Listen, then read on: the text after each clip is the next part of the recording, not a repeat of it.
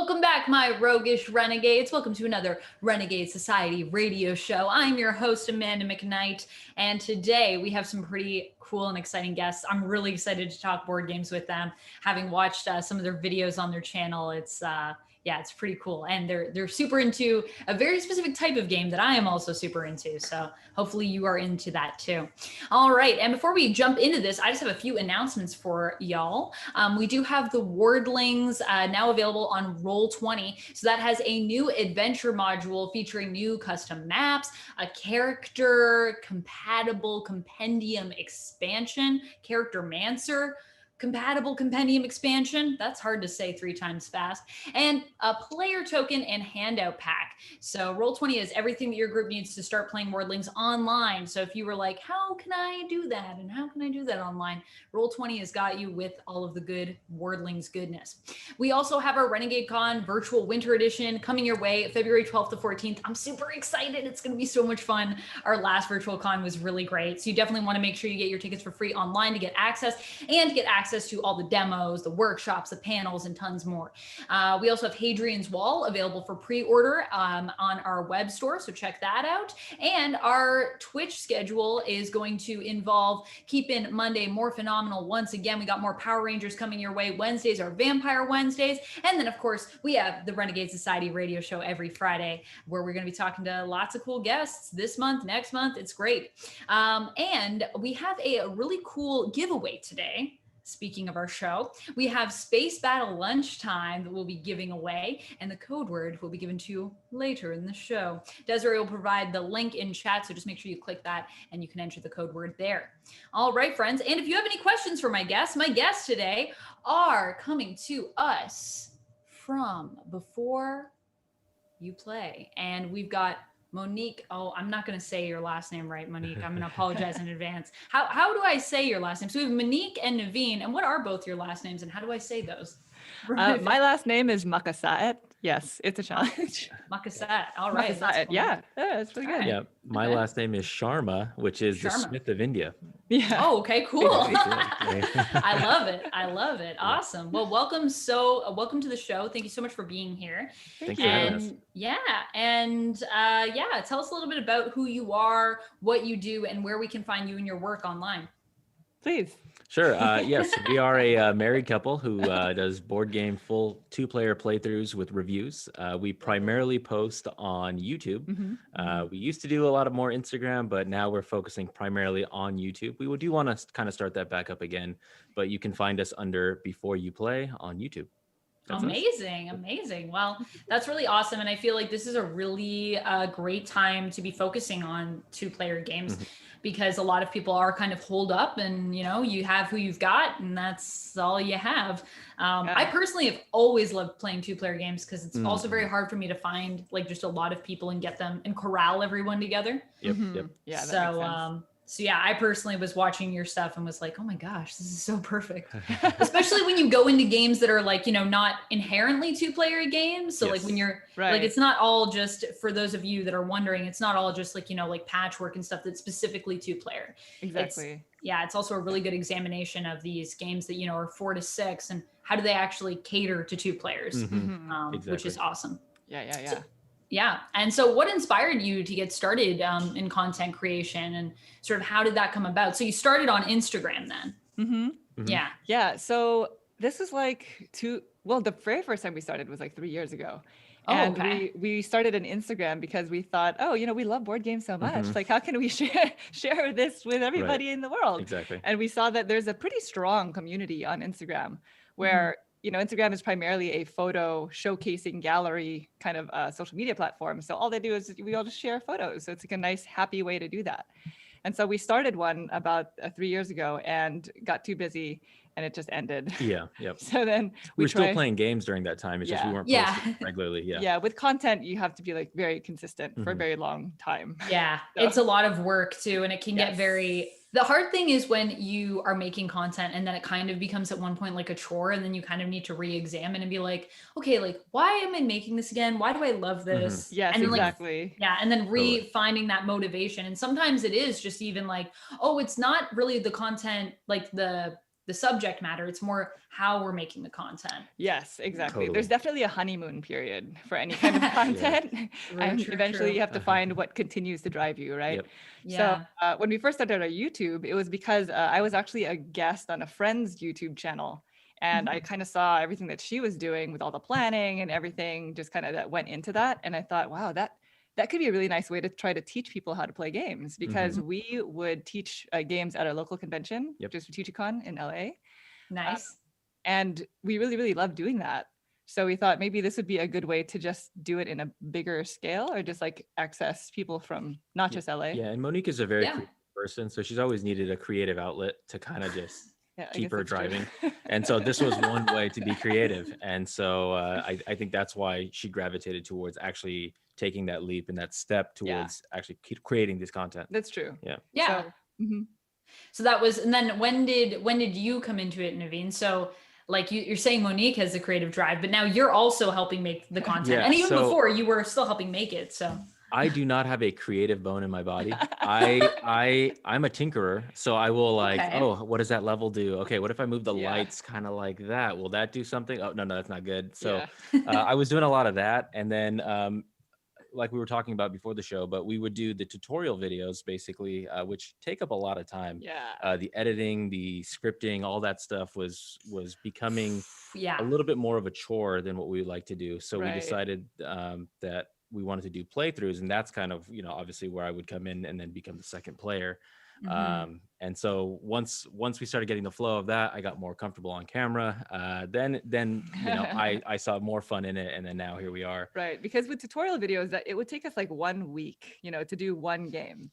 And we realized that with a playthrough, if we just don't script it and just kind of teach it the way that we teach at conventions, you can do one game a day, essentially. You just do it in like one day. And so that way we can reach more types of games to help more people. I guess that was the philosophy. And we wanted to approach content is not what do we think the audience want, it's just what do we want to physically do. Like, do we want to play this game, or do we want to chop up, like, I move a token here and then that means I do this, cut, next thing. So in a playthrough, we get to actually play the game, we showcase it, we talk about it, we enjoy our time actually doing it, and then it doesn't feel like a chore, and we're actually having a really, really good time. Yeah, I love that. And that's definitely, I think, a trap that you can fall into when it comes to or not really like a trap. Like some people love that. Some people are like, I moved the token, and they're like editing all of that. And they're like, oh, this is amazing. But it is a lot of details and a lot of like little things. And at the end of the day, I think it is important to focus on the things that you really love. That's what makes people love content, to be honest. I think people see people having fun, and then they're like, oh, I want to like get in on this. I want to see what they're doing. Also, I would say, even though you don't have like all those cuts and all those like fancy flourishes in that way, your videos are very organized. Like they are like, everything is so easy to find. Yeah, you're welcome. Like the way you break up your chapters and everything, I was personally really impressed by that, because I was like, oh, this is like, I can like click through and find the things that I need. And even people that do tutorials don't necessarily do that. So then like I learned how to play, or well, not really, because we learned it halfway through a video and then we read the rules, and it's weird. But Letters to Whitechapel, I think it's called. With Jack the Ripper. And we were trying to learn that through like a tutorial video, and there were no like chapters or notes or so it was just like a 30-minute video that we had to sit and watch. You're like plugged in. You're taken on this journey, and you hope it leads you where you need to go. And then there was at the time that we were watching that, back when things were a little better here, there was 6 of us all sitting and trying to watch this, and we're all very like charismatic gamers for the most part, so you can imagine us trying to be like quiet and sit in a room together for 30 minutes and watch a video. Go great. So at the end we were like, does anyone know what to do? And we were like, sort of. So I love that, because it just allows you to, if you feel like you already have like a sort of an understanding of something, it makes it easier for you to flip around.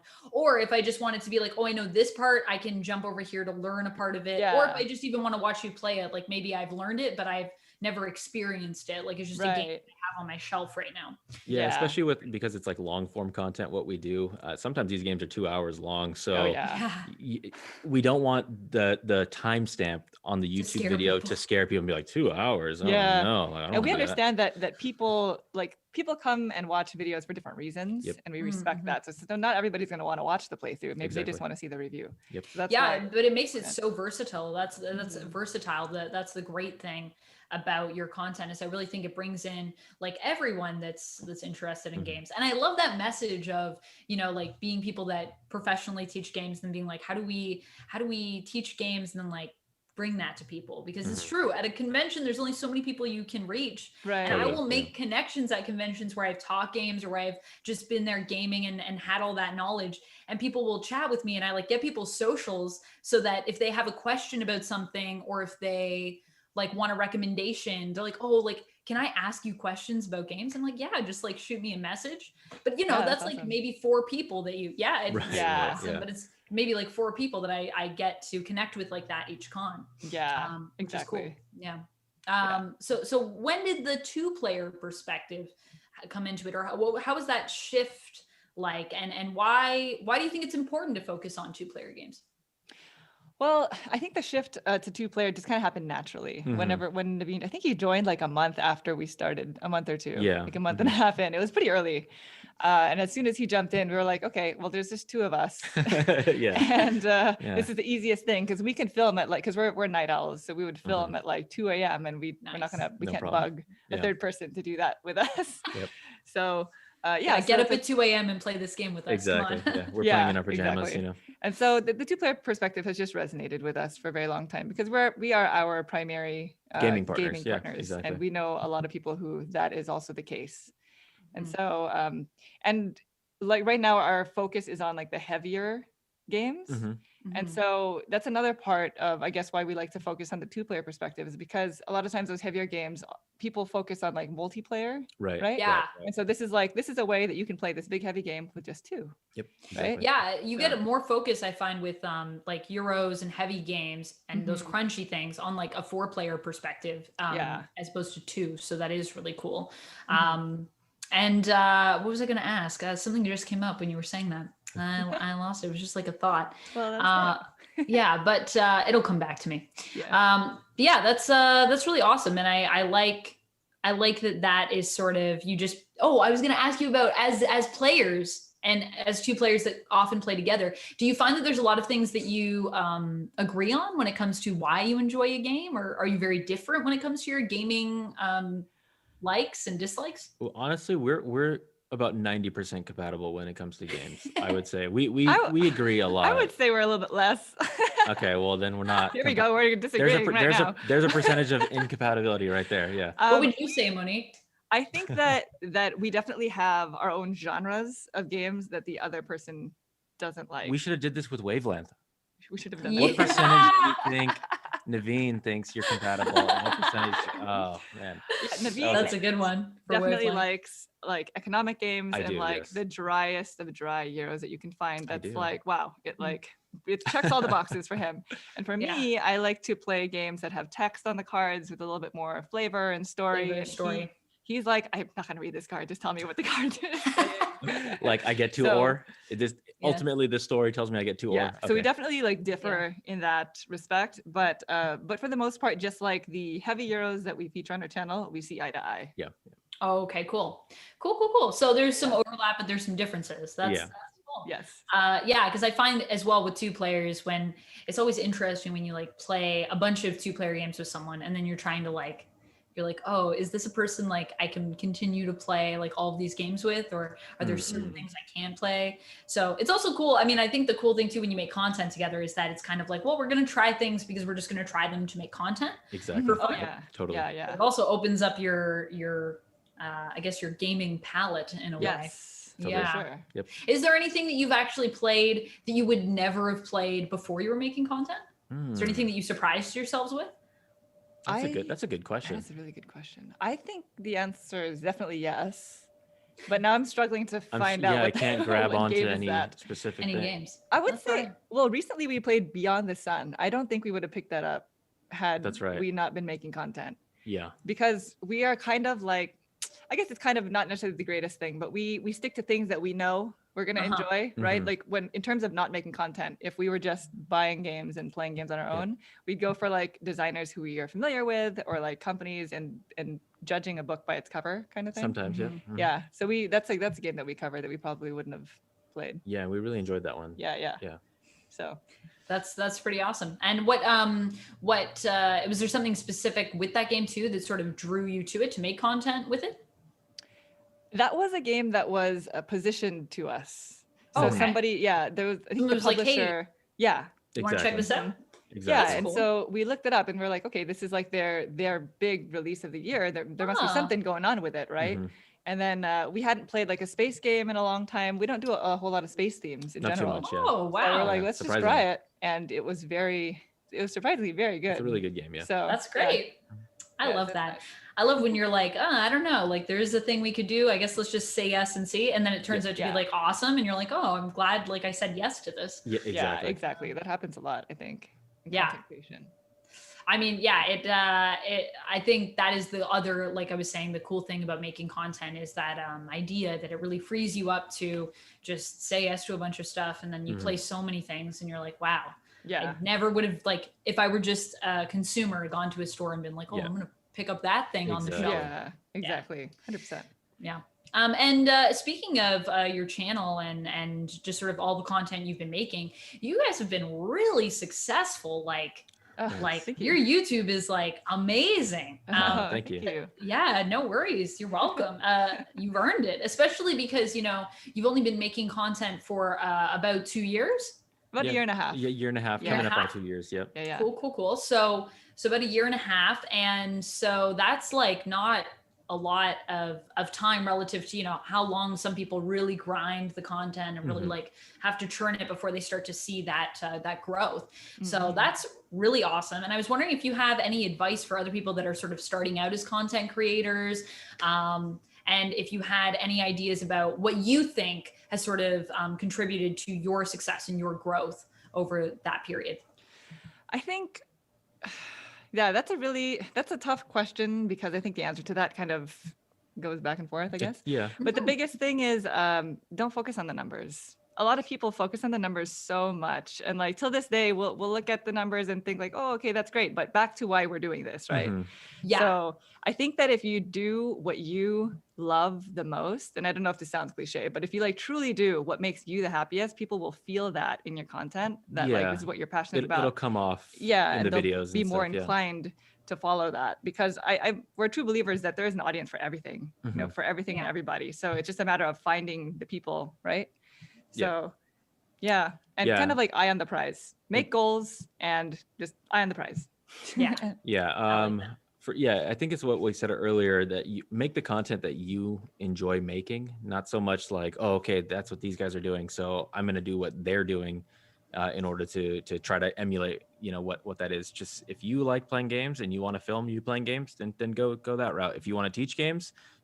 If you want to write about something, write about something. If you want to take pictures, you know. So those are all just different examples. But I think just find the thing that makes you happy doing it, because if you're unhappy doing it, then it's gonna show off. Right. And I think it's really important, especially for people who are starting out, that we realize that there is a honeymoon phase, going back to that. And so once that's gone, you have to find what continues to drive you. And so I think it's also very important to set out a sustainable, reachable list of goals. So like when we first started out, we were like, we have goals of working with these publishers. Yep.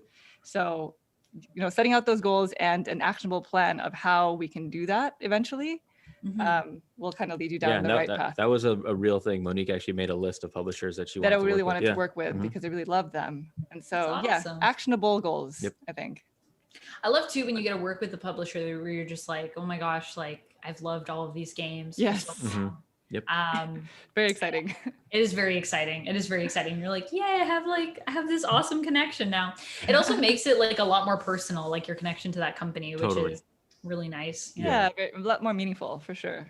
So how's your list going? Are you checking off all the boxes? Are you getting there? We are. We did. I think we finished it. We might have finished it. Yeah. I mean, the board gaming space is so small, right? Like, so everybody is very well connected. And I think that publishers in general, they want to work with people who are passionate about their games. Yes. So 100%. like Totally. in making that list, we already knew we were passionate about these people Exactly. and these companies. Yeah. So. Yeah. And I mean, it is a very tight knit community in the sense too, that I feel like sometimes like if you talk to one publisher, like, and you work for them, like other people also from different places or other people move around is a lot too. So Yeah, it's a lot of stuff of like, someone's like, oh, I heard like you were doing this with these people and like, we'd like to do this with you as well. Yes. And so that's exactly. and that's like the great thing about the community. Also, like I feel, although we're all, companies and it's competitive, it's not like really competitive because people are just excited to celebrate board games. So. Yeah, Yes, it's true. yeah. It's very pseudo competitive. Yeah, it's not like Starbucks and coffee being on two different street corners. No. Yeah, no one's like, we're gonna fight to the death. Right. Board games. That's awesome. And when did you start playing board games, each of you? And sort of when did your passion grow for games? Like, what was your first moment? Well, hobby board gaming is a little bit different than just regular. I mean, it can be both though too, because personally, like I don't know about you both, but I started with like Clue when I was a little kid. I think was one of the first games, that really blew my mind. And and people always ask like, what was it? Was it like Catan? Was it? And I'm like, no, it's Clue. Yeah. I still love Clue, by the way. Clue. Same. I think Clue is also just standed the test of time as like one of these kind of unique games where there's still stuff happening there that there are other games that evoke the feeling of Clue, but I've still never found another game that's like, oh, that's exactly Clue. Like, doesn't quite like Clue. Yeah. Exactly. So for me, I grew up playing Clue and Monopoly, which they're very different because one, you can still be friends afterwards, right? Yeah. So that was me. But the fact that one's about murder, which is interesting. Yeah, that's true. That is interesting. Yeah, I guess you're not murdered in Clue, so. That's true. Yeah, I guess that's the important part. You're not Mr. Body, so it's exactly. Yeah. Yeah, so I played a lot of games with my brother growing up, and you did too, right? I had a huge. What about for you, Naveen? Yeah, I had a huge Milton Bradley collection as a kid. So we had like Chutes and Ladders and all those different ones. My favorite was what was it? Sorry. That was your favorite? Yeah, that was my favorite as a kid. So I love Sorry. I know that one. You can create a little bit of enemies, but it was no hard feeling. Yeah. So I played those as a kid, and then up until about high school, then I kind of fell out of it, stopped playing. And then more recently, I think in about mid 2014, maybe something around that 2013, a friend brought over Splendor. And Splendor is the game that got me right back into it. It kind of just brought all that childhood feeling of board games, and then that game is the one that really set me off. And then modern and hobby then board gaming. And then that's modern hobby board gaming from there. Yeah. I showed Splendor to a friend like before the pandemic started and everything. And I feel like that they were already playing board games, but it wasn't like quite at the level of hobby that I play at, like where I have just way too many games in my life and I need to actually get rid of some. Yeah. But Splendor was the one that I feel like also was their first little drop of fire. Like it just lights something in people. Like, it does. Yeah. My cousin, I've showed it to them. Anybody that we show Splendor to, that's a game that just instantly like what is this? Yeah, what is this? Yeah, for me, it's always been when I've taught games to people, Splendor and Ticket to Ride. Those are the games that people are like, oh, games can be this thing? And I'm like, yes. Yeah, you're like, there's more. There's way more. Yeah. And I don't think I've ever taught either of those games to anyone who's been like, pass. Like that's never happened to me. Right. Exactly. Like people become addicted and then they're like, how much of this can I play in my like daily life? Right. Yeah, exactly. Oh man. I still haven't played any of the expansions of Splendor. Same. Actually. Same. No, we did good. Did we? Yeah, we have. I think it's like a modular expansion. Oh, yes. Yeah. You can. Yeah. It comes with like I think 4 or something like that, or 3. The expansion for it. But yeah, that's awesome. Yeah, and then what was that? What else was I going to ask? I was going to ask. The other neat thing that you do. So like, is that you don't just focus on two-player games and being like just anything two-player. Like you actually kind of divided up into like a cool series that you've been doing, which is like you do a designer series, which I thought was cool, especially as someone who's also been like a professional game teacher and recommended games to people. One of the things that when I started really getting into gaming and the idea of helping people find the right games was this idea of really getting to know my designers and also publishers, because sometimes there is like an overarching theme there. Yeah. But when you get to know designers, when somebody like loves something and it's by a specific designer and you know a bunch of series, you're like, oh, okay, like you might like this because here they did this kind of spin on the mechanic and over here they kind of took that and like twisted it or did something different, but they kind of have a similar feel. Not all designers are like that, but if you are. So what inspired you to like kind of get into that designer series? Well, so Vital Lacerda is my favorite designer. I think it's yours. He's yours too, right? He's Maybe. If not like number one, he's number two. Okay. I don't think I have a favorite. Yeah. And so we just kind of set out. So we have like all of his big box games, and we just kind of set out to just play his games. That was the goal. We just wanted to showcase, because they were the games that we were primarily teaching at the local convention, because they're very, very involved. And a lot of people, it's almost like a barrier of entry for a lot of people, because they kind of look at these games and think, oh gosh, that is too much. So we kind of wanted to show that it doesn't have to be too much, right? Like anybody can learn these games. So it started because we just wanted to play his games. And then after that, we were like, that was great. Like that was a nice way to showcase older games, like, because so many people in content creation are very focused on like the hot new games, Close right? to the new, Because there are always games that are coming out. And so it's very easy to kind of leave older games, even if it's just like a year old, kind of like leave them in the back burner. So we figured that was a nice way of giving those games some limelight. And so some people were recommending to us who had watched that series, like, oh, are you going to do another one? What about this designer? You should do this designer. And it just kind of spiraled from there. So we had chosen another designer and we spent 4 months doing it. And now we have like other series planned for the future. Exactly. That's awesome. Yeah, I love that. And you were totally right about Vital's games. They are a lot, but it's weird though, because there's that level of, in gaming, there's always this kind of like intimidation with some things where it's like, well, this is like too much. But once you start playing, especially I find the cool thing about designers and this idea of a designer series to me is that you kind of can see some of the overlaps in terms of when people, especially as you were following them chronologically, right? As best as we could. As best as we could, For Vital, we definitely did, because most of his games were released when we started the Alexander Pfister series, which is the one we just finished. We set out to do it, and then he released 2 games after we had already set out. And so one of the games had to get sent back because it was their only copy. They're like, hey, you can take it, and then we actually need it back when you're done with it. Like, he had to do it kind of out of chronological so we're like, order. okay, let's just do it. So some things got kind of a little out of order there, but that's still a cool idea though. Like even if you get a little out of order, the idea of sort of going on that progression, I feel like when you play games allows you to kind of build on the ideas that the designers were sort of exploring and expanding on. And because it kind of does a cool thing where sometimes you'll find like a stack of mechanics, like who was I thinking of? The designer of Patchwork actually is good. Uwe Rosenberg. Yeah, Uwe Rosenberg does that a lot with his designs, where he'll like get obsessed with the mechanic, right? And then you'll kind of see the graduation. And so then by the time you get to something that's like a meteor game of his, you're like, oh, I know this mechanic so well. So like just adding in these other things and I have the game. It layers and it builds.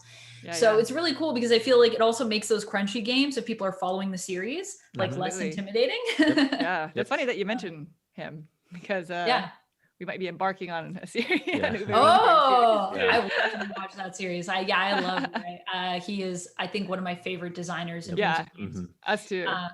Just so good. But that's really cool. And I think as well, approaching crunchy games of the series like that is smart. Thank you. What was I going to say? So who do you have, or what do you have coming next then out of that? So are you going to be doing different series on different things, or? So we just finished the Alexander Pfister series last week. About a week ago. And it was so long that we decided to take like a 2-month break or so before we actually start the Rosenberg one. The next designer will be probably in 2 months. And so this is something that we also semi-announced on our channel already, but we're going to be doing 2 smaller series, like a 1 month long. There's going to be one on Root, because that is a game that is a kind of a struggle to play at two. And so we are determined to find combinations that will work with two and show people like, look, you can play this at two. And then in the month after, we're actually going to do one for the West Kingdom series. There you go. The West Kingdom series. Yeah. Yeah. We're going to do all the West Kingdom games. That's awesome. Trilogy. That should be really fun. Yeah. That should be really fun. And then I'm assuming you're going to do like each one and then you're going to like put them all together and Exactly. We always do like a wrap up video kind of thing, just to talk about the experience and, you know, just kind of how we debrief. Exactly. I guess. Yep. Yeah. I like that. Amanda, really cool. I think your audio went down a little bit again. I can turn it up. Oh, I can't turn it up. This is Oh no. How's that? Is that better? I No, turned it up a little. it's still at the same. I don't know what happened again. It's at the same level. I'm not changing it. I'm turning it all really up now. It's really high. Is that changing? No? Nope. I can just talk louder. Yeah, I don't know. Nothing is I turned the knob all the way up. That's all I know. This is the way. I can talk closer like this. How's this? Is this louder? It is a little. Yeah. All right. I'll just talk like this and talk really close. And Desiree, you tell me if it comes back, and if I'm hurting anyone's ears, I will be more quiet. The thing I was going to also say about that is when it comes to focusing on one game, I think that's super cool, especially with Root, because Root is there's so many things. And I played Root and I was like, I don't even know what I'm doing. I'm just doing stuff to figure out what feels good. Although that game is so much fun, honestly, I don't even really think you need to know what you're doing to enjoy it, which is cool. It's so cute. It's so cute. Yeah. I know. I just love doing it to get all the bits. Like, honestly, I'm just always like moving around being like, how do we get these bits? How do we get some of that? That's funny. That is fair. Yeah. All right. And we're actually at about the halfway mark. So I'm going to be giving everyone that code word. I'm going to also give you a hand signal in case you have any difficulty hearing me for that one. So our giveaway code word for Space Battle Lunchtime today is 2, because we're coming up on that 2-year anniversary and because we're focusing on 2-player games. So that's an easy one. And hopefully you will definitely be able to spell 2. Sometimes I give people words and I'm like, I'm so sorry that I chose this one. I feel like it might be challenging. And just a reminder as well, if you have any questions for my lovely guests, you can always put those in the chat. We'll be getting to them near the end of our conversation here. And yeah, I feel like there's probably lots of good questions considering we have 2 very experienced gamers and teachers of games. All right, so moving back into some cool stuff here. You sort of were talking about when you watch other, or as advice for other people, don't just kind of look at what other people are doing and like try to copy anyone or like try to base it around that. Like, you know, follow your true passion and your true heart. Oh, I think we're losing Amanda. I was wondering though, I heard you in terms of the way you do it, but yeah. Okay, we lost you for just a second. Yeah. No, we just lost you for a second. Sorry. I'm sorry. I don't know what's up with my internet. I was just going to ask if there were other teams that maybe you hadn't necessarily been like, we're going to be just like these people, but that you saw them and you were like, that's cool. I would love to like make content because these people are cool. Rodney Smith of Watch It Played. Yeah. He's like our hero. Yeah. Just Rodney's the way awesome. Everything about him and his channel, I guess, the way he carries himself, and he's like one of the best, or if not the best teacher, right, in the industry. Yeah, he's very professional, carries himself well, and does very good quality content. Yeah, we met him actually once before we started doing content, and we were like, "Oh, that's Rodney Smith." Yeah, that's right. And he's just such a nice guy. But yeah, I would say him. Do you have a different answer? No, I think that's it. Yeah. Rodney is pretty awesome. Also, just like such good, like positive energy. Like such a lovely human. Yep. Your audio is coming back. Oh, is it back? Am I Yep. loud? So it's coming all back. Right, I'm gonna move back here. Solid. No. No, solid, all right. solid. Yeah. All right. Let me know if I'm too loud because I am a loud person sometimes. Amazing. And if there was someone that you could collab with, then who would you pick, I guess, from like a team on YouTube? Or I mean, they don't have to be on YouTube. They could be on Twitter. They could be on TikTok. or any of these other cool things that people are doing. Would it be Rodney, or is there anyone else that you feel like you'd want to team up with? Or maybe like another team that you could like play games with, like another duo would be cool. Well, if not Rodney, we're big fans of Ruel Gaviola. Yes. He's like our other hero. Yes, we love Ruel. Ruel's awesome. You could do like a Ruel and Rodney thing where like you all team up and you play like a 4-player or something. That would be that'd be cool. That would be so much fun. Yeah. I feel like once we're back at cons, these are definitely things that can yes, happen. I know. We're waiting. That's one thing that I've wanted to get better at, is the idea of like going around and actually making content at a con with just like different creators, of being like, let's just get together and collab on something really quick. That'd be awesome. That's really cool. Yeah. As long as you have the hard thing is like, because I'm constantly like flying when I go, it's like finding the room in my suitcase for equipment. Right. And the time, right? Because when you go to a con, it's like you're like everywhere. Getting everyone as well at the same spot at the same time. That is tough. That's tricky. Yeah. You gotta. Yes, but it would be cool. So that is, I feel like you should aspire to it, and it could definitely happen. Both those people are cool. I bet it could happen. One day. One day. And I also wanted to touch back sort of on the stuff that we were talking about earlier, with sort of the way that you approach the content and sort of just how organized everything is. Like, I really do love that you put the extra time and effort into making sure that people can search through the content easily, find what they need and get it easily, and that you don't shy away from that. Also, your subtitle notes are great.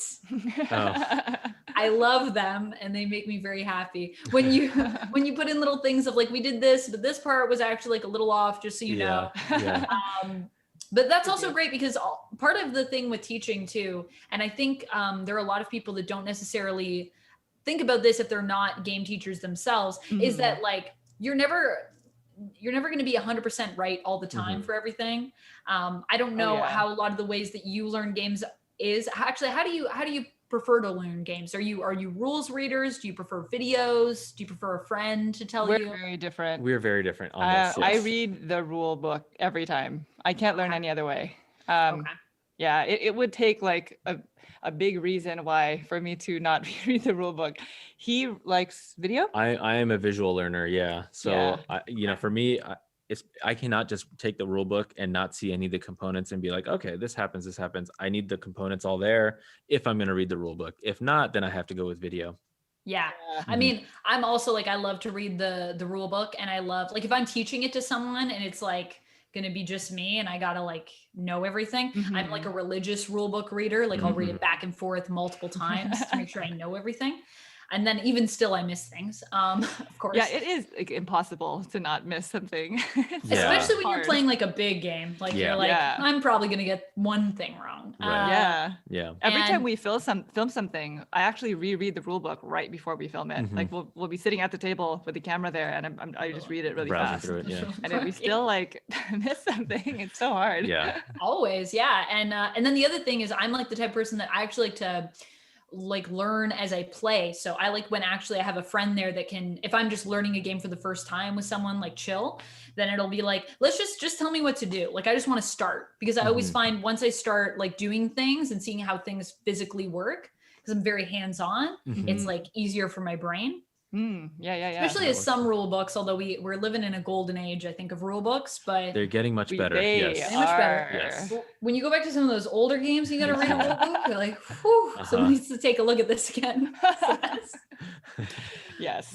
That's very interesting. Yeah, I always find that interesting, the way people like to learn. But yeah, those notes that you put in there, because honestly, you're never going to get rules right all the time, and I love that you add those in, and that it keeps it feeling like organic, and it's also just like cute and like endearing and funny. Like, I was like, I love that that's in there, because I've definitely been that person also before who's taught someone a game at a table, not at a con, thank goodness. This has never happened to me, but at other places where I've taught people games, and taught a game and been like, cool, you guys play, and like, I'll be back in a bit. And then I come back like 5 minutes later, I'm like, oh, by the way, this rule, I got it like really wrong. I'm so sorry. I was thinking of something else. Oh my gosh, I've done that before. That's happened before. I've done that at a con. That's happened before where I accidentally taught a game where a guy just took the wrong rule and used it to his advantage. and just broke the game. And it was like this. It's a game called Panamax. Have you heard of Panamax? No, I haven't. Okay, it's this like economic, like shipping and it's pick up and deliver economic game. Okay, Panama Canal, and it's about a 2-hour, intense economic game. And I taught it where every time you move one ship, you get X amount of money, and it's actually only if you move it once for the entire turn. So he was just moving this ship and getting a bunch of money, and I was like, I can't remedy this for anybody. Oh my goodness! Now. But it definitely like calls into question. I feel like ever since starting content creation, it's opened up our eyes to how falsely we've been playing games. Like everybody. Oh yeah, right, 100%. Yeah. And you play games like when you have games that you play with people. I don't know if you've played a game with someone who's trying to teach you a game you already know, and they're like, oh yeah, when you do this, you do that, and you're like. You're like, actually, that's wrong. No. My favorite is when I'm like, actually, that's wrong. And then we check and they're like, actually, I'm right. And I'm like, what have I been doing? Yeah. Thank you. Oops. Never mind. I was wrong. But there's also just things that people prefer. Like people are like, oh, you can do it that way, but my interpretation is this, because some rules are vague. So some people just pick. Yeah. Or the house rule. Yeah. Yeah. Or when you're playing, I want to say House on the Hill. No, Betrayal at House on the Hill. Whenever I'm playing Betrayal and you have the scenarios, because some of them are kind of vague, whenever I would teach that to people, I'd be like, I'm going to give you what I do. And I'm just going to preface this with like, you might play with someone else and they might tell you to not do what I just told you. So you can do it my way, or if you play with someone else, you like that better, or you can find your own way. There's no wrong way as long as you're having fun. Yeah, exactly. And that game is particularly difficult because like as a betrayer, you have to go into like another room and read your own rule set. Yeah. And the other people don't even know what your rules are. You can't clarify like so you can totally make anything. It up. Yeah, exactly. Like, no, I'm supposed to do that. Yeah, you're like, I get 10 you can movement. When you haven't played a scenario with someone yet and you're just like, I could just tell them I come into this room and then they're all dead and I win if I want. No one's allowed to look. Yeah. So funny. But yeah, I also taught a game the other day and it was our first time playing and I got a rule wrong. And I knew it was wrong after first I reached out to the designer who I'm friends with and was like, did I do this right or did I do this wrong? And I knew it was kind of wrong when it got really mathy because it got super crunchy. And I was like, why is this so mathy? And like, I like this, but it's too mathy. And then after I realized that I was overcomplicating by adding stuff. And I was what game was that? It was Beachapalooza actually, which I just got my copy of, which is a Steven Universe game. Yeah, the Steven Universe game. It's cute. So much fun. I love it so much. I can't say kinder things about it. But yeah, especially if you were a fan of Steven Universe, anyone that's watching this that loves Steven Universe, you need to get this game because it does such a good job of integrating the story and the theme and all of that. But the only problem I had was, and it's because I was adding something. So I was like allowing us to do something every time that wasn't supposed to be every time. I was adding in like extra stuff you get, and then you had to calculate it. And I was like, I was just like, I need a calculator. And then after I was like, this is only like once. Yeah. I was only supposed to do this once, not like 12 times. Oops. And that has like a really cute theme too. So for it to be crunchy. Yeah. Well, and sometimes I feel like too, and obviously family friendly. So it's like, it's weird. It's so mathy. Yeah. But that's the weird thing too, when you start playing games and then you start like sort of adding rules because you're so used to like having so many rules, rules where there aren't any. It's strange. Yeah, it is strange. But yeah, so when it comes to getting back, sorry, we went on like a really weird tangent where we just talked about teaching games and learning. But when it comes to sort of adding those little subtitles and those little chapters and everything and building your playlist, you guys also have a great series of playlists. So if anyone's watching this and thinking, hey, like I want to watch some stuff, but like I don't know where to start, I would definitely recommend that you check out the playlists on the channel because they will guide you to wherever you want to go. Thank you. We try to keep that organized as best as possible because there's sometimes like outside of board gaming, I'll like a YouTube channel and I'll be like, oh, okay, look at these playlists, and then they don't keep it up. And then it's like, there's only 3 videos in there, but I know there's more content that's not in these playlists. How do I find it?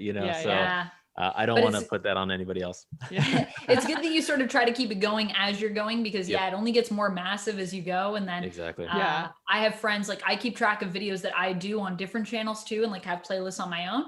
And like I have a playlist that has like over 400 videos, and people are like, oh, I should like keep track of the content I make. And I'm like, yeah, you should do a playlist. Yeah. Unless you've already done like 200 videos, and then maybe just start it now, because that's a lot of work. exactly. And then slowly it's a lot of filter work. them in. Yeah. Yeah, maybe. Yeah. Yeah. But yeah, it's very organized. So what do you think that sort of adds to your channel, sort of having those playlists and having those notes and having those subtitles? And why is that important to you to sort of have all that? I think just the organization, it's because when you release a video, there's like a whole like marketing pathway that you have to go down that's kind of like drives you nuts, right? Like, oh, I got to post it to here, I got to post it there. And so like just having a process in general is really important. And I feel like maybe those playlists are more for us. And it's just like nice that Keeps other you people organized. might value. Yeah, it keeps us Yeah. organized. It keeps us organized. Yeah. Especially because we're doing like the designer series, and just being able to reference, like if you have no idea what we're talking about, you can go to this playlist, right? Yeah. That's why it's really important. It's more for us, I guess, because we approach every video as if maybe whoever's watching has never seen us before, right? Yep. Yeah. So that it's like an easy way for us to introduce them to like where more of the content can be found. Exactly. Yep. So smart, because honestly, there's always going to be people, I think, that watch a video that may have never seen you before, or know what anything is that you're talking about, right? Like, yeah, absolutely. This could be like someone's first board game ever. And they're watching the video. It's true. Yeah, that happens. That Oh, does what a happen, board yeah. game is. Yeah, it does happen. It does happen. There are people that I've talked to that I'm like, hey, why don't you guys play Jenga? That sounds like it would be great for the table. And people are like, I've never played Jenga. And I'm like, oh, Really? Oh, yeah. Jenga today. Today's the day you learn. But, you know, there's all sorts. There are people that have never played Connect 4. That's also still a thing. I used to love Connect 4 as a kid. Oh. Yeah. Oh I my didn't know that. gosh, I did. Some people are like, Something and about it's- sliding that thing at the end. Oh, that's so the end when satisfying. it all Oh, falls love out. it. Yeah. Yeah, it is rewarding. It's Yeah. true. And Connect 4 is getting weirder and weirder every time I play a new version of it, with like how they want you to get the pieces out, and they make the contraption so complex now. I don't Really? Oh, what the heck? I've only ever played the regular one. I didn't Yeah, realize I've played a lot of versions over it, through it over the years because of, cleaned up and done all of that. Actually, I don't know the last time I played Connect 4. I should play it again. I haven't played it.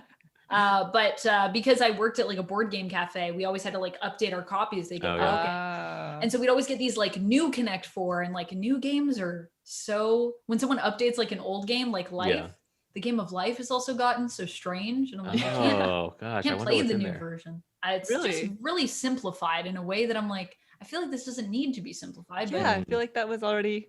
that's I wonder fine. I wonder if they ever updated Mousetrap. I don't think they did. Probably not. Definitely gifted I Mousetrap to Love my nephew. Mousetrap. Yes. Probably Yeah. Now that's a game that could maybe use an update. I would That's say. I think so too. Or I think there actually is an updated version of Mousetrap, and it's much simpler, which Okay. isn't a bad thing, but it's like neither good nor bad. It's like, do you want a simple Mousetrap? You've got the new version. Do you want a Right. non-simple Mousetrap? Good luck finding a full copy, because Yeah. you know there's going to be at least some cheese missing from the That's right. copy. I remember when they simplified Monopoly, they made credit cards. You ever played Oh, is that that what they version? did? I have that Oh. one. I have Oh, you World did? Edition. Yeah. Yeah, the World Edition. I was like, wow, this is. I guess you can't steal from the bank anymore, then, right? Gotcha. 'Cause it's The Okay. weird thing is it's really not as fun, and I thought it would be more fun, and because I was like, oh, I'll have a card. But I Yeah. think I also got it when I was like a teenager, and it was before I had a credit card, so I was like, this is exciting. Yeah, me too. Yeah. And then you become an adult and you're like, this is too real. I don't Yeah. want Yeah, it's like, oh gosh, on credit. That's awesome. You're like, I gotta pay $2 million for this city, and you're like, oh my gosh, my credit is not gonna cover that. Yeah, that's awesome. Yeah, I think that the organization is a really great, and I understand what you're saying too with the value for yourself is very interesting, because yeah, there's a lot of things to keep in mind when you're creating content, especially when you're trying to sort of promote it across all socials and like get all your tags in, and like people don't realize how much stuff goes into creating content. Yeah, yeah. Yeah. It's you're wearing all the hats, right? Yes. Like you're your own marketer. You speak with people who want to talk about the content. It's like it's everything. You're not just making the content. Yeah. Yeah. So, Yeah. yeah. Pretty crazy. And especially because you both handle together sort of all aspects of it, like the in front of the camera, the behind the camera, the uploading, and the sort of like behind the scenes, the management of the channel. Like there's so many elements there. Yeah. That's cool. So, and you're also approaching that 2-year anniversary then. So I was wondering, is there anything that you're doing to celebrate that on the channel or outside of the channel? I don't know. we We're talked like 6 months out, so we 6 have months some out, yeah. time to plan. But Now I think we should. Maybe we should. Yeah. We didn't do it last June when we hit the 1 year. No? I think it's just so easy to get caught up in the content. Like you're just like, next thing. Yeah, you forget. Yeah. We gotta do this next thing. And we just were like, oh, we actually hit a year. It's like, you know how in TV shows, like where the husband forgets the anniversary, we're doing that about Your our own content. content. Yeah, exactly. It's coming up. Yeah. That's Well, Yeah. I definitely think you should do something, because I think that is an awesome milestone, especially considering how much you've grown in those 2 years. And I'm sure you're only going to grow more in the next 6 months. So yeah, something to consider. We'll do I something. don't know. Yeah, What would you want to do if you could do anything? If you could do anything, what would you do? Yeah, what would you do? I want a pizza party. Oh, okay. Yeah. Party. He's like, I just want to eat. That sounds doable. Yeah. Yeah. I would probably want to do something with because we made a lot of friends on, online, because there's no conventions right now, but Right. I'd probably want to do something where we can collaborate with other people. Mhm. That's something that we are like really thinking about doing, but just haven't like pulled the trigger. Yeah. How to collaborate with others on our channel specifically. Yeah. So like probably something like that. Yeah, we've never hosted any collaborations on our channel. We always go out and to other people's channels. Not easy to do. Yeah. Yeah. So- I mean, I think if you did want to do a collab for your 2 year, I mean, you can definitely have a pizza party. I think that's super doable, and I think you should do that. And you can even play some food games. You could play like New York Slice, or actually Your slice. New York Slice. That's But yeah, there's lots of cool games you could play with food and pizza, actually. And then the other thing you could do is, if you wanted to reach out to people to collab, actually, weirdly enough, because everyone's kind of at home right now, this is kind of a great time to do it, I think. Mhm. You don't have to coordinate anything. You just be like, hey, let's go online and let's play, a game of something over, like a board game of something over Steam. Mhm. Or, I mean, there's lots of avenues to play games online. And there's lots of good online games. Yeah, that's true. And that's only getting better, I feel. It is. They're working on it. It's this weird thing of I'm gonna end up having like this crazy collection of physical games and this crazy collection of like online board games. Digital. Yeah. Yeah, that's very true.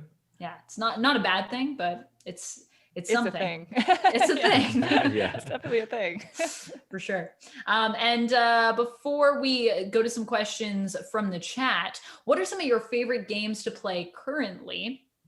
Your like current like game obsession, like you're like, oh, I need more of this every day, like the Splendor. And and why do you find yourself obsessed with it? Do you have an answer? I have an answer. Go for for sure. it. It's a game that's very out of stock. Oh. It's called The Search for Planet X. Okay, Naveen is obsessed. with That the is search. a fantastic game. That is one of the best games out there. Wow. And I cannot wait for it to come back in stock. Big statement. Yes, Yeah, that is a Wow. fun game. I really enjoy that one. he had a taste of it like a couple months ago Yeah. from a friend. We did it like over FaceTime. Mhm. And after that, he was like, where can I get this game? And we were Yeah. like, I'm so sorry, you can't. I know. Yeah, Yes. so good. And especially so good because you can play it that way, because you can play it remote. Like it really lends to that. This is like such a good time for Search for Planet X. Mhm. Yeah. So it's brilliant. We played it actually, like 2 weeks ago over Over Zoom FaceTime. or FaceTime. Oh yeah, I yeah. think that last week, Yeah. we did. That's a really fun game. And it actually works out. Like the guy who owns it set up the board. He had it all set up, and then we were just FaceTiming him. He had a camera shooting down to it, and then says, I'm taking this action, and then he's moving our pawn and all that. So it worked out. Yeah. Yeah, that's great. And after you finished it, Naveen, were you like, I want to play immediately again? Yeah. Oh yeah. The very first time I played it, we like felt bad asking it, so we didn't say like, okay, let's play it again. And then we all like reconvened and like debriefed afterwards. And he was like, I totally would have just set it right back up. Everybody was thinking the same Dang it, thing, yeah. but nobody wanted to say it. Yeah. Yeah, the first time I played it, I played 2 games consecutively because I finished it. And the other thing is the first time you play it, it's kind of like you're kind of still like figuring out, this is how you do this. So then as soon as you finish it, you're like, oh, I need to like immediately go back because I like have thoughts. Yeah. Yes. Yeah. I have thoughts. Because I have nothing thoughts. worse. There's nothing worse in a game like that where it's like you play it and then 5 months pass and you're like, okay, How do you I do don't that remember the again? deduction anymore. Yeah. Ooh, okay, it's like I'm playing it all over again. Yeah. Oddly enough, too, going back to Clue, Search for Planet X ignited a Clue feeling in me. Oh, that I nice, was like, Yes. I need this. It's like Clue, but like in space, and we're like searching for like planets and asteroids. Yeah. It's exciting. Yeah. Did you find Planet X? Did either of you find it? We all did. Everyone did. Yeah. Yeah. Everybody found it. Yeah. And we played on the 18 Yeah, the The 18. 18 pizza slice. Ooh, Yeah. okay. We All played right. with Yeah. differing levels of like Information. That's the Some other of thing us that I had love more. about it too, because it also lends really well to playing with all sorts of different types Yep. of gamers. You can be Yeah. like people that are like, I don't know, I've only ever played Clue. Like you're like, no problem. Like we can start you with something easy. People that are like, I'm like mega intense. You're like, okay, you get the hardest one. Yeah. Yep. No clues for you. Yeah, no clues for you. Yeah. And then if you beat it, then you feel really good. You're like, Yeah. wow. Yeah. Especially when you beat people that are, this sounds really egotistical, but especially when you play really high level and you beat people that are like new to it, that are on the lower level, you're like, whoa, I just like, that was a crazy game. Yeah. And I do that. But yeah, that's really cool. What about you, Monique? Do you have any games right now that you're like, I need more? Well, we've been working. So one of our New Year's resolutions is to get back to our legacy games that we abandoned like 2 years ago. So we have like Pandemic Legacy Season 2 that we've been stuck in July for 2 years. So that's something that like I mentally want to become re-obsessed with. Yep. But something recently that we played that we really loved was Spirit Island. I don't know if you played that before. Spirit Ooh, Island. yeah, I do like Spirit Island. Yeah. Did you play the newer version of it that came out a couple years ago? We played I'm not sure which one we have now, but we played the base game, and it was highly requested from just people who watch our channel, and it was on our shelf for like 8 months before we even broke it out. Like it's part of the reason why they were like, you have this on your shelf, you haven't played it, you got to play it. Yep. So we pulled it out and we were like, we're going to try to play this like really hard scenario, and we realized like, no, we're not good enough for that scenario. Yeah, it's a really hard You game. can get clobbered pretty bad in that game. Yeah, it's like a hurtful game when you are like, ugh. It's also hurtful too because when you watch all of like the destruction and everything happening, I know. you're like, oh my gosh, I feel terrible. Yeah, like you want to protect the island. Like, I know. protect the island. But it's really fun because there's so many spirits and they're all asymmetric. So the ability to just dive deeper into the different combinations of spirits that we can, because it's totally co-op, and like the different types of challenges that you can go on. It's really fun. And Spirit Island is like co-op, but then it's like you have the potential to be like, oh, I did like the most best of the co-op people, right? Is that how it works? It's like co-op slightly competitive, or am I thinking? I'm not sure if maybe there's a mode for that, but definitely the one that we played, it was like, not the one you all win, straight or you co-op. all lose. Straight co-op. Straight co-op. Okay. Yeah. I might be thinking of, I don't know what I'm thinking of. Maybe I just felt really good when I like played it and I was like, I did the best, and everyone's like, we all won. You're like, I contributed the most. They're like, no problem. I win, and everyone's like, we all win, but thanks, Amanda. But there is a new version of it, I think, that came out a few years ago. I don't know if it's they changed any of the mechanics. That's the only version I've played. But I think they definitely revamped some of the art. So if you haven't seen it yet, and if you do have an older copy, I would encourage you to just give it a little peek-see, because it's nice. It's pretty. I was literally one of those games that I was walking by at a con and I was like, what's this? Because it looks so nice. And then like, this is what it's about. And I'm like, that sounds fun. And also a good story. The components are really nice. Like the little I forgot what they're called. The Dawn. Yeah. They're so cute. The The little mushrooms, buttons. Yeah, building your little mushrooms. All right. Well, that's all I have right now from me. So Desiree, do we have any questions in the chat? Of course we do. Of course we do. All right. So very first question we got is how is Dexter? Oh, he's good. Dexter's good. He didn't like the rain. Yeah. There was a lot of rain here in Southern California yesterday. Yeah, this is like day 1 of 4 that we're going to get out of the whole year for rain. Yes. So wow. And so he was not happy about going potty outside. But other than that, the rain has subsided and he's very happy and healthy. Yeah. We had a little bit of a thunderstorm this morning, and so he had like a tiny panic attack. Yeah. Oh no. But he's fine now. He's fine. He's good. He's living his best life on an electric blanket. Yeah. Awesome. All right. So are there any games you think you can't or maybe won't do for your channel? Well, can't would have to be any game that plays higher player count than 2. Just because right now, especially with COVID, we can't have any other guests on to even fill in that 3rd or 4th spot. But that's the main like hard fast rule. Other than that, we typically don't do. That's a tough question, because I think that has been changing also recently. Like we've started to kind of like open our eyes to certain themes that we won't approach, or just certain controversies, I guess, that there's so many games, Mhm. you know, like we no really need to kind of touch those. Yeah. But in general, we don't do a whole lot of war games because also for the other reason of they don't typically play well at 2. Yeah. And people request a lot of 18xx games. Oh yeah. And that's something that's going to take us some time to Yeah. We've to played an 18xx agree game to. before, but I don't know about showcasing one. Yeah, Yeah. it took us 5 hours. That would be really difficult to edit. Yeah. Yeah. Yeah, I agree. Yeah. All right. So, since becoming content creators, are there any casual games you still like to play, or are you always analyzing games from a potential video perspective? I feel like that switch doesn't really turn off nowadays. Like Yeah. anytime we play anything, we'll have a discussion about it. And honestly, Yeah. before we started making content, we did that anyway. Right. Like we would play a game at like a friend's house because we had a weekly game group going, and then on the car ride home, we'd talk about it. Yeah, that's right. We Yeah. would do that. So, but we still do play. Like we love fillers. Like we're all into fillers, so we'll still play those and Yeah, casually we just. love Arboretum. That's a fantastic. Yeah. I don't know if I would call that Yeah. a casual game though. I That's think surprisingly it can be crunchy. It is crunchy though. Yeah, yeah. Yeah. But what else did we? But- we like playing. What's that one called? What does it do? Cabo. We Cob- love Cabo. oh. Yeah. So I think for Yeah. more for casual games, it's more like the fillers. Like Yeah, the lighter fillers, stuff. yeah. I mean, I would still say Arboretum you could call a filler game just because it's so because it's not usually a very long game, is what I would Mhm. say. Yeah. Yep. So Although it is super definitely filler. like it's not like your brain's gonna be like, oh, I'm just gonna relax. Yeah. Yeah, That's not yeah. usually what happens. Like I gotta get my tree.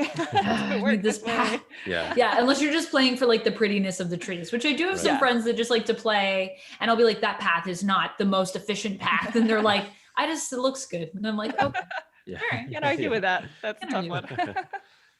It's cute. Awesome.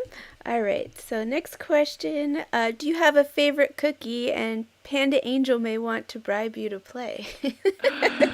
Okay. Dang, Okay. Amanda Panda makes the best cookies. She makes really good cookies. Yeah. Yes. Oh my gosh.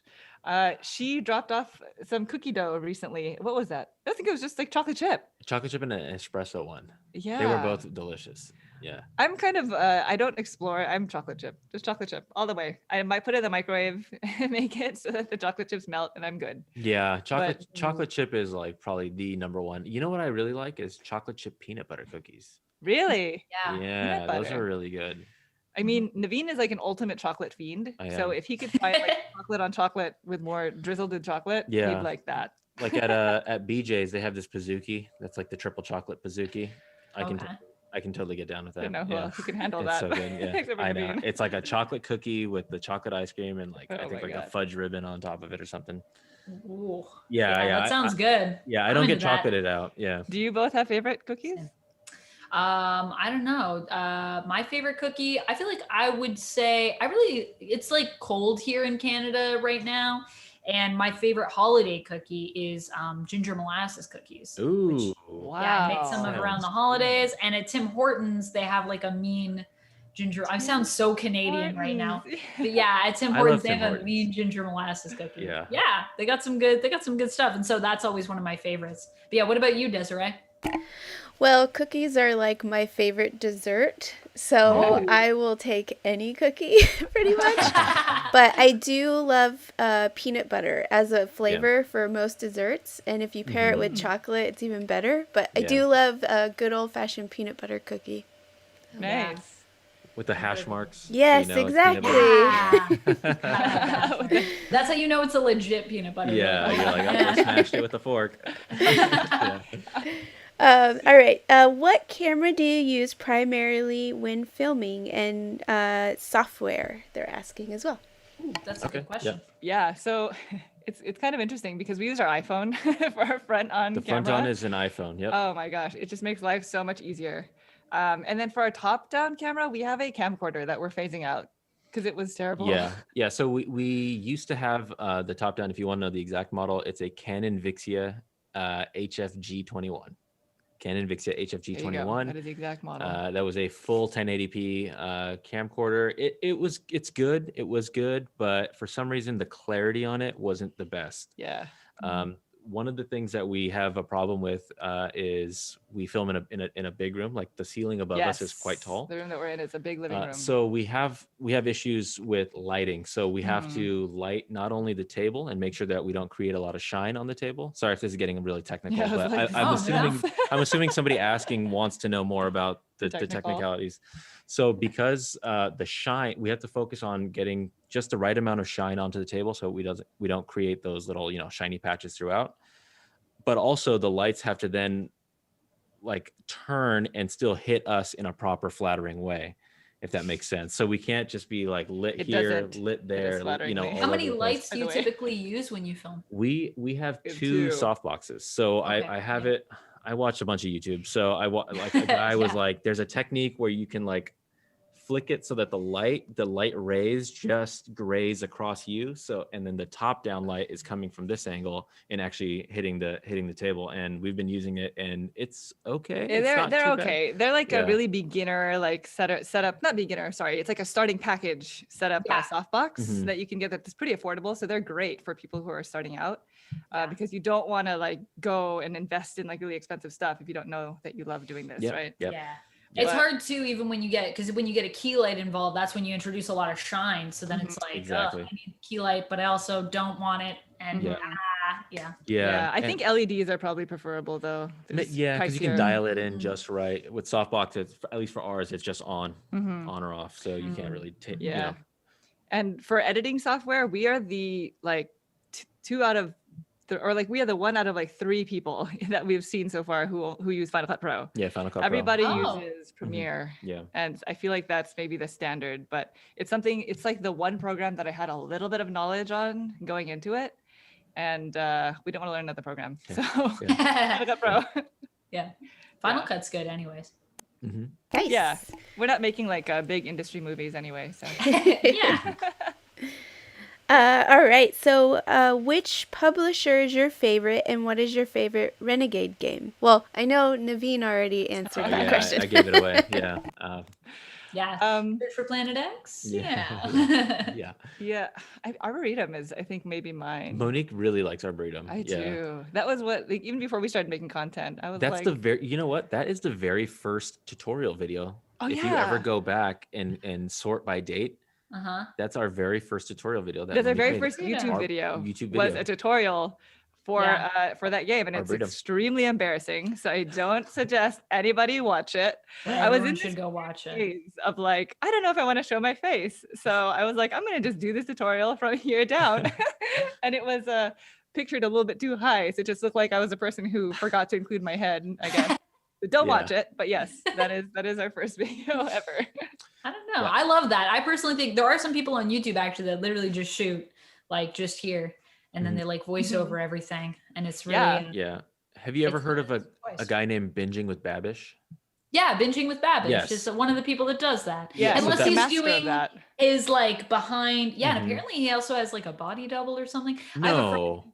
I don't know. I have a friend who's behind the scenes thing that showed his like double, who was also, we were just talking about this the other day, oddly enough. No way.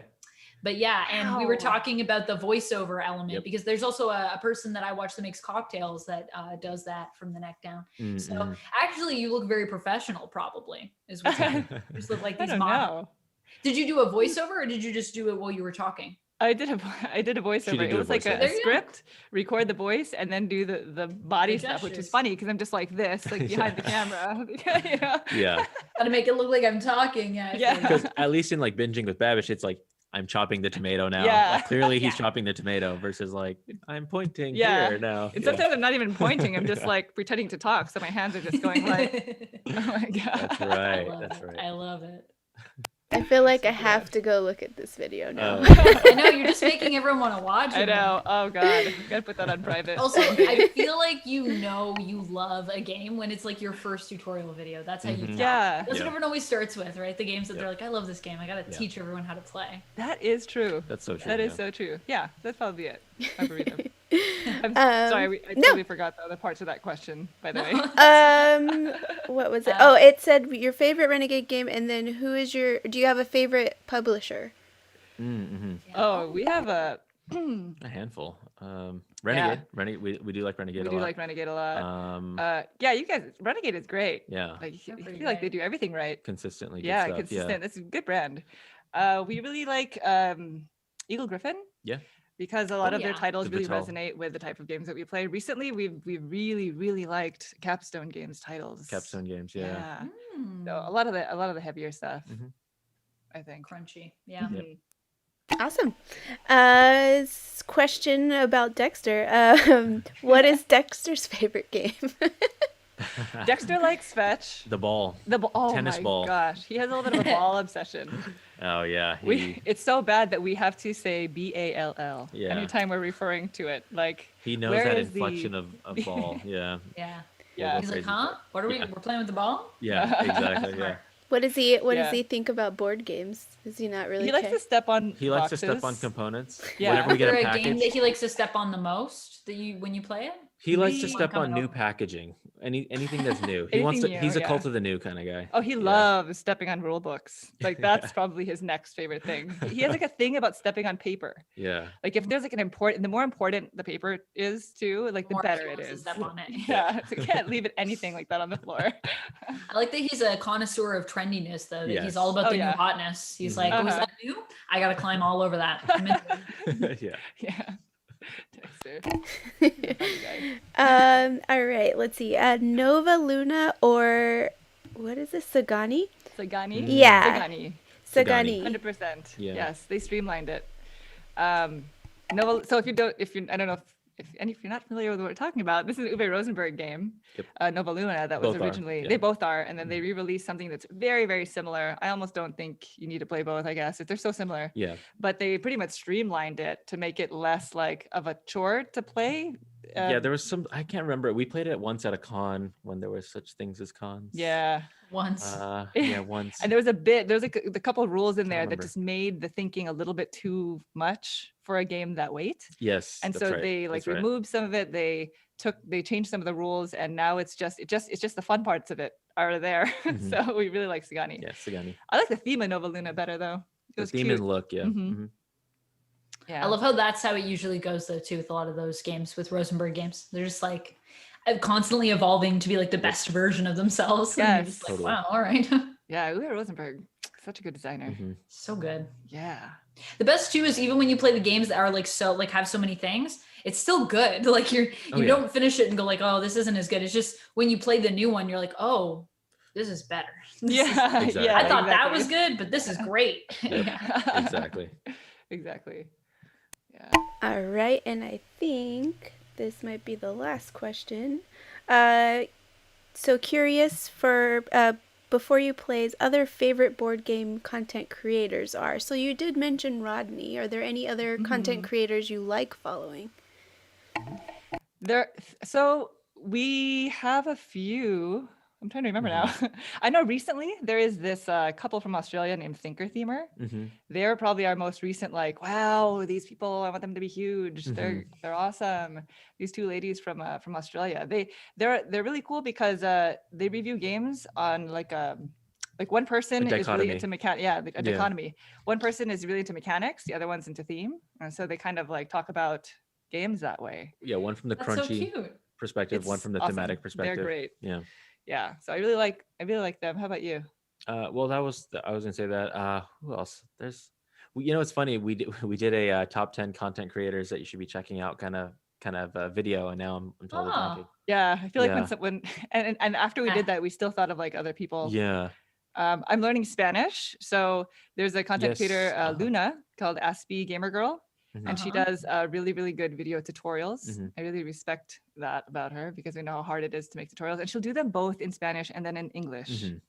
Yes. I love that. I love that because, we always kind of talk about board games within the context of like English, right? People who speak English and like just being able to reach out to everybody, right? Yeah, it makes it way more accessible. And it's also like that kind of acknowledgement of the fact that, like board games aren't just like owned by people that speak English. Like there's and actually I feel like there's like a bunch of different Spanish communities that are like super into games. Like it's huge, like all over the place. And I've run into people at like cafes who are like, oh, I'm like from over here. And like, I like own a board game cafe, or I do a thing. Oh wow. Yeah. It's like huge, and it's huge over there, and it's you know, same in like Germany too, right? yeah. Like there's Oh my gosh. Yeah. go to Essen, and I feel like everything's in German, and you're like, oh Mhm. goodness. Yeah, Essen is so beautiful because that's our favorite convention to go to. Yeah. And you go and sit at a table to demo games, and you have people from all different countries speaking all Yeah. different languages, Yep. and they all have to speak English because we only speak English, you know? I know. So it's amazing. I always feel bad about that. I know it's like English only. Sorry. Yeah. But Yeah, it's and really in beautiful. and in Japan actually too. That was the Yeah. other thing I was Mhm. thinking. They have I forget what their con is called, but they have like a huge board game con. They over have there the as well. Tokyo Night night market. market. Yeah, Yeah. the Tokyo Night Market. Yeah, That's what I was yeah. thinking of. Yeah. Yeah. They have really interesting games over there. Mhm. I love Japanese games are like one of my favorite things. But I'm also Yeah. like as much as I love big games, I'm like the exact opposite of when you guys are talking about all these crunchy games, which I also enjoy. But I love like tiny games. Like I'm like, give me a game that's like so small. Like That's the what I love. Oink games. Are you into Yeah, that? I love Oink Yeah, games. Oink I love games, their yeah. stuff. Or Sashi and Sashi. Have you played How to Make a Bus Route? Oh, let's make it. A Oh, let's make Yeah. a bus route. Let's make a Let's bus make a route, bus route. Yeah, yeah. I like that game a Yes, lot. it's good. Yeah. There's some elevator game that he made. I forgot. Sashi and Sashi. They're two people. Yeah, or they made it. It was like waiting at the elevator or something like Yeah. that. Waiting at the elevator. I don't think I've Yeah, played yeah. that one. I'll have to check it Yeah. out. Yeah, they have super sounds cute fun. art. Mm-hmm. Yeah, and I love games that are like also weird things like that, where it's like waiting at the elevator, and you're like, Mhm. "How is this a game? I don't Yeah. know, but it's probably amazing." Yeah, it's one of these things like where you're rooting for certain people to get in the elevator and Yeah. you're manipulating where in the turn order they go and stuff. It's- Anything can be a game. Yeah. I guess. Anything can be a game. So true. Yep. So true. Yeah. Awesome. Well, it looks like that is all of the questions. Yep, Cool. that's all. Cool. There's some really good questions. Yeah, Yeah. that's great. Yeah, Made you people always think. have the best questions. Yeah, it does make you Sure. think. All right. Well, before we head out, I just want to say thank you so much for coming and chatting with me and being on the show. It was such a delight talking to you, and I can't wait to celebrate your 2 year with you in 6 months, whatever you do or don't do. I'll just be on there being like, happy 2 year. Thank you. And, when is it exactly? Is it June what? Something in late June. I I think think it's like like June 26 25, or 26. 27. Yeah, Yeah. something like that. 26 Like or the very end of 27 or June. 25, someone in there. Yeah. All right. I'll make sure to wish you a happy 2 year. And yeah, and I can't wait to just watch more content from you. You Awesome. make Thank you. such cool content together. Yeah, Thank you're you. welcome. Thank you for making Thank it. you for having us. Oh, anytime. And before we go, can you just remind us who you are, what you do, and where we can find you and your work online? Go for it. Sure. Okay. Yes. We are Before You Play. We are a husband and wife duo who does full 2-player playthroughs with reviews. We do typically a full rules teach, a full playthrough followed by a review. Like we mentioned earlier in the show, there's always timestamps. So if you want to pick your poison and see whatever you want to see, you can always check it out on our videos. And that is Before You Play on YouTube. Yeah, youtube.com/before you play. That's right. Awesome. And to everybody that's been watching, also thank you for watching. Thank you for being here. Thank you, Desiree, for producing. Before we head out, I'm just going to remind you of some cool things one more time. So we do have Wordlings, which is now available on Roll20. It's got a new adventure module featuring custom maps, a Charactermancer compatible compendium expansion, and a player token and handout pack. And so Roll20 is everything you need to start playing Wordlings online. Go check it out, do it. It's such a fun and like beautiful and uplifting RPG game, and I hope you enjoy it. And we also have the Renegade Con virtual winter edition. Nice. So yeah, we might all be missing conventions, but you can come to the virtual convention from February 12th to 14th, and it's free. And we do lots of demos and workshops and panels and a lot more cool stuff. So you should definitely come if you haven't been to a Renegade online convention, virtual convention. It's actually really fun, and I will be there hanging out. So you can come say hi. We'll play a game together. It'll be awesome. And a quick reminder, we have Hadrian's Wall, which is now available for pre-order. You can get that on our website. Check it out. And we also have for our streaming schedule, keeping Monday more phenomenal with Power Rangers. Wednesdays are Vampire Wednesdays. And then, of course, we'll be back here next Friday for the Renegade Society radio show. And I cannot wait to interview our next guests. I love talking to people. It's great. Before we head out, a quick reminder, we do have that giveaway for Space Battle Lunchtime. Super exciting, super fun. You can basically battle to be the best like space chef, and who doesn't want to do that? And our giveaway word for that is two. So you can enter that when you click the link in chat, which Desiree will have for you. All right, friends, thank you so much. That's it for me today. Thank you for joining us before you play. Thank you, Monique. Thank you, Naveen. And Thank you. Desiree. Thank you. And remember, friends, play your game.